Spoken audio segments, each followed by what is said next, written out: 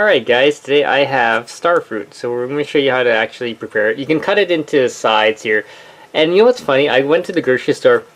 I would never see anybody ever buy this. So there's like so many left at the grocery store. I'm like, why don't people eat this? It's actually really amazing. Okay, so there's a couple ways. You can cut it into stars. Just like this if you want. Like that. You can eat it like this. The only thing is I don't like to eat it like this. Why? Because let me show you. I'm going to cut it just like this. I like to cut it into strips all the way down. Now there's a reason.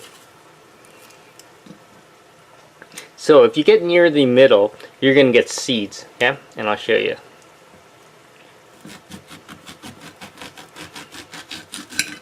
These are the seeds that I'm talking about.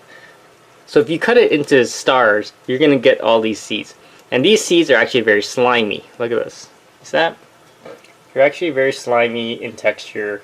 And they're not, you don't eat them. So that's why I always cut them like this. So taste-wise,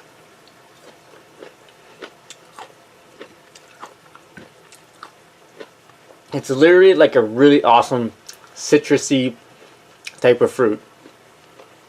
I love this stuff. It's really good, guys. Definitely check it out. If you have any questions, comments, post them below, subscribe to the channel.